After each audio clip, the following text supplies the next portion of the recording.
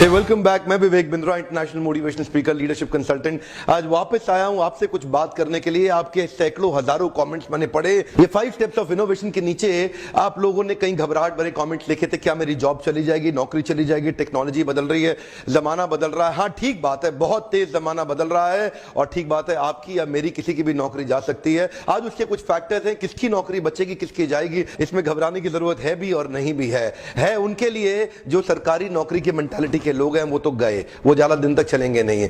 Artificial intelligence आ गया है, robots आ गए हैं, जो अमेरिका के अंदर तरह तरह की रिसर्च जो कि ऑक्सफोर्ड ने भी करी और इनफैक्ट ओबामा के सेक्रेटेरिएट ऑफिस ने भी दे दिया एक रिसर्च के 2030 तक 50% जॉब्स अमेरिका के अंदर रोबोट्स और आर्टिफिशियल इंटेलिजेंस खा जाएंगे। जॉब्स खत्म होने वाली हैं। जितने भी रिपीटेटिव नेचर की जॉब्स हैं वो सब चली जाएंगी। जिस जॉब के अंदर क्रिटिकल थिंकिंग नहीं है, क्रिटिकल एनालिसिस नहीं है, जिस जॉब के अंदर रिसर्च बेस्ड या सुपर स्पेशलिटी नहीं है, वो तो जॉब चली जाएगी तुरंत, इमीडिएटली। जो लोग कंटिन्यूअसली इवॉल्व कर रहे हैं, जो कंटिन्यूअसली आगे निकल रहे हैं, एवोल्यूशन से रेवोल्यूशन पे जा रहे हैं, उनके लिए घबराने की कोई बात नहीं है। कई मेजर्स हैं। देखिए, मैं कुछ जॉब्स बताने वाला हूं जो एकदम खत्म हो जाएंगी। देखिए, 2 तरह की एक्टिविटीज होंगी, लेस ऑटोमेटेबल एक्टिविटीज और मोर ऑटोमेटेबल एक्टिविटीज। ये लेस ऑटोमेटेबल एक्टिविटीज वो हैं जिनको ऑटोमेटिक ढंग से नहीं किया जा सकता, और मोर ऑटोमेटेबल एक्टिविटीज ये वो हैं जिन्हें ऑटोमेशन के द्वारा कोई रोबोट या आर्टिफिशियल इंटेलिजेंस अपने आप कर जाएगी। जिस काम में रिपीटिशन है, जिस काम को करने में 5 सेकंड से कम लगता है, जैसे कि रिसेप्शनिस्ट हो सकती है, या जैसे कि एक फैक्ट्री लेबरर हो सकता है, या जैसे कि एक ड्राइवर, ये सब जो काम है, जो सेम प्रोसेस ऑफ वर्क जो लोग कर रहे हैं, यानी कि ऑटोमेशन उस जॉब में डाला जाएगा जो रिपीटेटिव नेचर की जॉब है। ये उस जॉब में डाला जाएगा जो कि एक रिपीटेबल काम है, जिसमें प्रेडिक्टेबिलिटी बहुत ज्यादा है। तो आर्टिफिशियल इंटेलिजेंस के साथ कोडिंग करके, रोबोट्स लेकर के उसका ऑटोमेशन करना इतना आसान हो जाएगा। यही वो एरिया है जहां पे बहुत सारी जॉब्स चली जाएंगी। आपको लगा ये चिंता की बात है, हो सकता है चिंता की बात हो सकता है ना भी हो, लेकिन उनके लिए है जितने लोग सरकारी मेंटालिटी के लोग हैं, फिनिश्ड, इनका जब लंबा नहीं चलेगा। आज जो पढ़ाई हो रही है स्कूल कॉलेज के अंदर, 10 से 15 साल के बाद वो पढ़ाई ज्यादा काम नहीं आएगी। ह्यूमंस और कंप्यूटर्स के डायनामिक्स को जोड़ने वाले लोग ज्यादा सफल हो पाएंगे। हो सकता है ज्यादा सफलता मिले स्टेम में। आज आप जितनी अमेरिकन बड़ी कंपनीज आप देख रहे हैं, ये सब आज स्टेम पे फोकस कर रहे हैं। सेंसिटाइजेशन हो रहा है। Federal government, American government sensitization कर रही है स्टेम के ऊपर। स्टेम मतलब साइंस, टेक्नोलॉजी, इंजीनियरिंग और मैथमेटिक्स। मुद्दे की बात है, आर्टिफिशियल इंटेलिजेंस और ऑटोमेशन या रोबोट्स कहां पे ज्यादा काम आएंगे। कुछ लोग होंगे, कुछ तरह के काम मैसेज करते हैं, कुछ क्लासेस करते हैं। मैसेज वो काम करते हैं जो सब लोग कर सकते हैं, जो काम हर कोई कर सकता है वो काम रोबोट भी कर लेगा। और कुछ काम होते हैं क्लासेस के, जो होता है सुपर स्पेशलाइजेशन, जिसमें इंटेलेक्चुअल एबिलिटीज का इस्तेमाल होता है, क्रिटिकल थिंकिंग का इस्तेमाल होता है, एनालिसिस एंड एनालिटिकल एबिलिटीज का इस्तेमाल होता है, रिसर्च वर्क का भी इस्तेमाल हो सकता है, कंटिन्यूअस अपग्रेडेशन होती है। ये वो जॉब्स हैं जो खाली क्लासेस करेंगे। अब थोड़ा अगर इंटेलिजेंस के साथ समझें, बड़ा इन्वेस्टमेंट वही किया जा सकता है जो बड़ी कॉस्ट को रिप्लेस करता हो। यहां पे बहुत बड़ी कॉस्ट है जिसको रिप्लेस किया जा सकता है, ये आम जनता है, ये स्पेशलाइज्ड जनता है जो कंटिन्यूस अपने आप को अपग्रेड कर रही है। इसको कोई भी रिप्लेस करने की कोशिश नहीं करेगा। उनको पता है ये थोड़े ही लोग हैं, इनको तो हम पैसा दे देंगे। जैसे कि ड्राइवरलेस गाड़ियां आ रही हैं। अब इस समय कुछ सैकड़ों बिलियन डॉलर का जो मार्केट है आज ड्राइवर्स का, वो खत्म हो जाएगा। अभी 20 साल लगेंगे इंडिया तक पहुंचने में। अमेरिका में चालू हो गए, हम लोग एक्चुअली 10-15 साल पीछे चल रहे हैं। ऑफ कोर्स मोदी सरकार यहां पे skill building, skill India, skill building पे काम कर रही है, मैं बधाई देता हूं उनको। लेकिन अभी स्किल के साथ साथ ऑटोमेशन पे काम करना बड़ा जरूरी, क्योंकि यहां पे कोई सोच नहीं रहा है उसके बारे में। मासेस में स्केलेबिलिटी और फाइनेंशियल वायबिलिटी आती है, इसको बड़ा किया जा सकता है तो इस पे इन्वेस्ट किया जाएगा। वहां पे आपकी जॉब हमेशा सेफ रहेगी। अगर आपका काम एक ऑटोमोबाइल मैकेनिक का है और वहां पे असेंबली लाइन के अंदर कंटिन्यूस, तो वो काम रोबोट्स कर सकते हैं। कंस्ट्रक्शन वर्कर का है, ईंटें लगाने का है, वो काम रोबोट्स कर सकते हैं। अगर आपका काम कोरियर या डिलीवरी बॉय का है, वो आगे चल के इलेक्ट्रिक ड्रोन्स करेंगे। अमेज़न ऑलरेडी कर चुका है एक अमेज़न पहली अपनी कुरियर डिलीवरी ड्रोन के साथ कर चुका है। आने वाले समय में ये जो सिंपल कुरियर बॉयज हैं, जो लोग चाहते हैं कि कुछ साधारण सी सिंपल नौकरी मिल जाए, मजे मारूं, लंबे समय तक नहीं चलेगा। कंटिन्यूअस अपग्रेडेशन वाले लोग हमेशा सेफ रहेंगे। प्रेडिक्टेबल फिजिकल वर्क का तो पता है कि 80% जाएगा ही जाएगा। डेटा प्रोसेसिंग भी 70% आपके हाथ से निकल जाएगा। डेटा कलेक्शन वाले भी 64% चले जाएंगे। लेकिन जो अनप्रेडिक्टेबल फिजिकल वर्क है या जो स्टेक होल्डर इंटरैक्शन या अप्लाइंग एक्सपर्टीज या लोगों को मैनेज या पीपल स्किल के काम है, ये सेफ रहेंगे। ध्यान रहे, नीचे देखिए, मैं दोबारा बता रहा हूं, ये लेस ऑटोमेटेबल एक्टिविटीज हैं, ये मोर ऑटोमेटेबल एक्टिविटीज हैं। अब इंडस्ट्री कोई भी हो, manufacturing, agricultural, mining, construction, finance, insurance, real estate, in IT या प्रोफेशन, यानी कि जिसमें टेक्निकल पोटेंशियल है ऑटोमेशन का वो नौकरी गई, जिसमें टेक्निकल पोटेंशियल कम है ऑटोमेशन का वो नौकरी सेफ है। Amazon Go ने अभी रिसेंटली कमाल किया। Amazon Go की मोबाइल एप्लीकेशन लेकर के उनके एक बड़े स्टोर के अंदर आप एंटर कर जाओ, अंदर इतने वैरायटी ऑफ सेंसर्स लगे हुए हैं, आप अंदर जाओ, कुछ भी सामान इकट्ठा करो, कुछ भी उठाओ, और जैसे ही आप दरवाजे से बाहर निकलोगे, it will automatically charge you from your Amazon account. कोई लाइन में लगने की जरूरत नहीं है, जाकर के आपको लेबल पे उसको पंच करने की जरूरत नहीं है, कोई स्क्रीनिंग करने की जरूरत नहीं है। आपने जितना सामान इकट्ठा किया उठा के चुपचाप निकल जाओ, चुपचाप अंदर घुसो, चुपचाप निकल जाओ, खुद ही सारे सेंसर स्क्रीनिंग करके वो बिल आपके अकाउंट से अपने आप काट देगा। इसका मतलब क्या हुआ? इसका मतलब कैशियर की नौकरी गई। इसका मतलब क्या हुआ? अकाउंटेंट, टेलर की नौकरी गई। जानते हैं, इसी प्रकार जितने रिपीटेटिव नेचर के जॉब्स हैं वो आर्टिफिशियल इंटेलिजेंस डेवलप कर लेगा।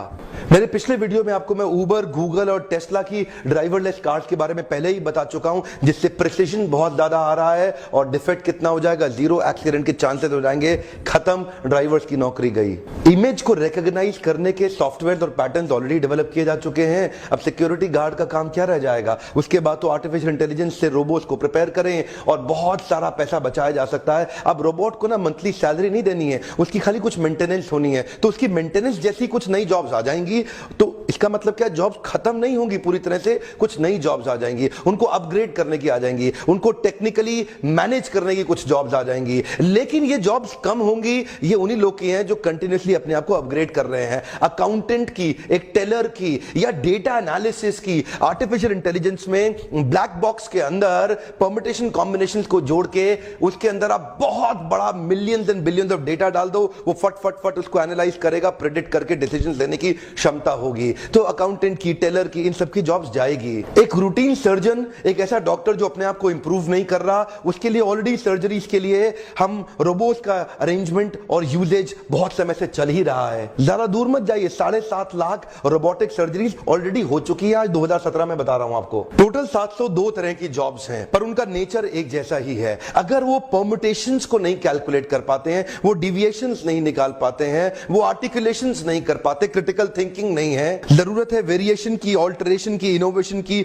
मॉड्यूलेशन की या कंप्लीट ट्रांसम्यूटेशन की। कॉग्निटिव इंटेलिजेंस के साथ बचेगा व्यक्ति, रिसर्च क्रिटिकल थिंकिंग के साथ बचेगा। पहले मैंने सोचा था ये खाली बज़ वर्ड है, आर्टिफिशियल इंटेलिजेंस आएगा चला जाएगा, लेकिन ऐसा नहीं है, बड़ी प्रोफाउंड साइंस है ये। ध्यान से देखिए, फायदे नुकसान दोनों है। एक एरर फ्री सोसाइटी का सपना बनाया गया है। स्पीड ऑफ एग्जीक्यूशन बहुत तेज होगी, डिसीजंस बहुत तेज होंगे, ताकि लाइफ को आसान किया जाए और बड़े प्रोजेक्ट्स को कम समय में अचीव किया जाए। स्केलेबिलिटी इतनी ज्यादा हो जाएगी कि अगर एक प्रोजेक्ट को एस्टैब्लिश करने में आज 3 साल लग रहे हैं, तो हो सकता है आगे 30 दिन के अंदर हो जाए। जो आप में से कई लोग गाड़ी खरीदने के शौकीन हो ना, बहुत ज्यादा, जरा मेरी बात को ध्यान से सुनिएगा। आपकी गाड़ी लगभग 90 से 95% समय आइडल रहती है, उसका इस्तेमाल नहीं होता। 5% समय ही आप एक गाड़ी का इस्तेमाल कर पाते हैं। मॉर्निंग में 1 घंटा ऑफिस पहुंचने में, शाम को 1 घंटा घर पे पहुंचने में, यानी कि 24 में से केवल 2 घंटा आपने गाड़ी का इस्तेमाल किया, बाकी 22 घंटा गाड़ी खाली खड़ी रहती है और रोज डेप्रिशिएट होती है। ये एक ऐसी इन्वेस्टमेंट है जिसका ईगो सेटिस्फैक्शन तो हो सकता है, लेकिन पैसे का इससे कोई बेनिफिट नहीं डराइव हो रहा है। आज घर खरीदो, अप्रिशिएट हो सकता है, ज्वेलरी गोल्ड खरीद लो, अप्रिशिएट हो सकता है, वो अप्रिशिएटिंग एसेट है। गाड़ी तो केवल डेप्रिशिएटिंग एसेट है। अच्छा, आप में से जो लोग इंडियंस हैं, आप जानते हैं ओला के अंदर 40% कॉस्ट खाली ड्राइवर की है। इमेजिन करिए कि कल को ड्राइवरलेस गाड़ियां हो गई, वही गाड़ी आपको 40 to 50% और लेस प्राइस पे मिलेगी। इमेजिन करिए अगर ड्राइवरलेस गाड़ियां हो गई, तो वही गाड़ी जिसकी आज ओला की कॉस्ट 40 to 50% ड्राइवर की है, वो 40% कॉस्ट, 50% कॉस्ट का बेनिफिट सीधा आपको जाता है। होगा क्या? आप में से कई लोग आने वाले 10 साल के बाद गाड़ी कभी नहीं खरीदेंगे। आपको लगता है आपको कन्वीनियंस है? नहीं, उस समय कन्वीनियंस इतनी ज्यादा होगी कि रात को 2 बजे भी आपको गाड़ी खट से मिलेगी। आपके इमोशंस और आपकी किसी और की नींद पे आपको निर्भर कभी नहीं होना पड़ेगा। कन्वीनियंस ऐसी है कि इतना बड़ा पैसा आपका ब्लॉक होने से बच जाएगा, जिसको आप अप्रिशिएटिंग एसेट में इन्वेस्ट करके उसका बड़ा रिटर्न लेंगे। यहां ये पैसा रोज आपके पीएनएल अकाउंट के अंदर लॉस में कंट्रीब्यूट कर रहा है, गाड़ी डिप्रिशिएट कर करके। यूएस गवर्नमेंट, फेडरल गवर्नमेंट आज सेंसिटाइजेशन के लिए पब्लिक प्रोग्राम्स कर रही है, इवेंट्स कर रही है, वर्कशॉप्स कर रही है, सेमिनार्स कर रही है, ताकि अमेरिकन को समझ में आए कि वो उसकी तैयारी कैसे करें, क्योंकि इसका सबसे पहला इंपैक्ट यूएस में आएगा। इंडिया में आने में अभी थोड़ा समय बाकी है। वहां पे आज टीवी शोज, लाइव शोज हो रहे हैं, लोगों को डिस्कशन के लिए संडेज को इनवाइट किया जा रहा है ताकि उनको तैयार कर सके। ह्यूमैनिटीज, आर्ट्स, कॉमर्स के स्टूडेंट्स भी अपनी सुपर स्पेशलाइजेशन को ढूंढे, अपनी यूनिक सिग्नेचर स्ट्रेंथ को आइडेंटिफाई करें, जिसको कल्टीवेट करें। और साथ साथ आज आईटी फॉर नॉन आईटी के कई सेमिनार्स, प्रोग्राम्स हो रहे हैं। आईटी फॉर नॉन आईटी के प्रोग्राम्स, यानी कि नॉन आईटी का मतलब जिस बच्चे ने कभी आईटी नहीं पढ़ी है, उनके लिए भी बेसिक आईटी कोर्सेज हो रहे हैं, जिसको समझने से आप अपने आप को इक्विप कर सकेंगे, तैयार कर सकेंगे। अच्छा, मैनेजमेंट ग्रेजुएट को बहुत बधाई हो, आपकी नौकरी आसानी से खतरे में कभी नहीं आएगी, क्योंकि आप बड़ी टीम को मैनेज कर रहे हैं, एक टीम को डेवलप कर रहे हैं, कल्टीवेट कर रहे हैं। एक डिपार्टमेंट और डिवीजन को अगर आप मैनेजरियली लीड कर सकते हैं और आपके अंदर अगर लीडरशिप स्किल्स हैं, तो आपकी नौकरी कभी खतरे में नहीं आएगी। वैसे देखा जाए तो मल्टी लेवल मार्केटिंग एक सोचा समझा, सैद्धांतिक, फिलोसॉफिकल, साइंटिफिक प्रोसेस है एक प्रोडक्ट, गुड्स एंड सर्विसेज को मार्केट करने का। मल्टी लेवल मार्केटिंग एक अपने आप में बहुत अच्छी इंडस्ट्री है। जिस प्रकार चैनल डिस्ट्रीब्यूशन एक प्रोसेस होता है, ऐसे ही मल्टी लेवल मार्केटिंग भी, नेटवर्क डिस्ट्रीब्यूशन भी एक प्रोसेस है। इसमें डिस्ट्रीब्यूटर्स इंडिविजुअल्स होते हैं जो सीधा मैन्युफैक्चरर से जुड़ते हैं और कंज्यूमर को माल पहुंचाते हैं। अब तो हमारे देश की सरकार ने भी इसको मान्यता दी है और हमारी देश की सरकार भी इसके लिए रेगुलेशंस लेके आई है। आपको ध्यान देना है कंपनी ज्वाइन करने से पहले कि वो कंपनी ठीक है कि नहीं है। क्या फर्क पड़ता है? गलत लोग तो हर इंडस्ट्री में मिलेंगे, आपको इस इंडस्ट्री में भी मिलेंगे। इंडस्ट्री से अपना विश्वास मत उठाइए। यहां पे गलत लोग और गलत कंपनी को बहुत सटीक रूप से ध्यान से पहचानने का प्रयास करिए, वरना इस इंडस्ट्री के तो कई फायदे हैं जो मैं आपको भी शेयर करना चाहता हूं। पहला फायदा, इस इंडस्ट्री में आप अपनी तनख्वाह का चेक खुद ही लिखते हैं। अगर आप मेहनती हैं तो आपका रोजगार सुरक्षित है। बहुत ही छोटी इन्वेस्टमेंट के साथ बड़ा रिटर्न आप प्राप्त कर सकते हैं। एंटरप्रेन्योरियल मेंटालिटी के लिए फ्रीडम ऑफ टाइम एक बड़ी ताकत होती है। आप सीमित नहीं है एक गांव, शहर या राज्य तक, कहीं भी ट्रैवल करके ओपन मार्केट में किधर भी आप धंधा बिल्ड कर सकते हैं। यही एक इंडस्ट्री है जहां पे आप इतने मित्र, इतने रिलेशन, नए परिवार, नए संबंधों में जुड़ सकते हैं और आपको सम्मान तो इतना मिलेगा जो बड़े बड़े नेता या अभिनेता को भी नहीं मिलेगा। एक बार मेहनत कर ली, कमाई होती जाएगी। इतनी रिकरिंग रेवेन्यू मॉडल होगी कि भगवान ना करे आपको कुछ हो जाए, पर आपकी आय सुरक्षित रहेगी, अपने आप पैसा आता रहेगा। और तो और इस बिजनेस के अंदर आपकी एज, रिलीजन, सेक्स, कास्ट और एजुकेशन, इसका बहुत ज्यादा महत्व नहीं रह जाता। इन पांचों की आपको चिंता करने के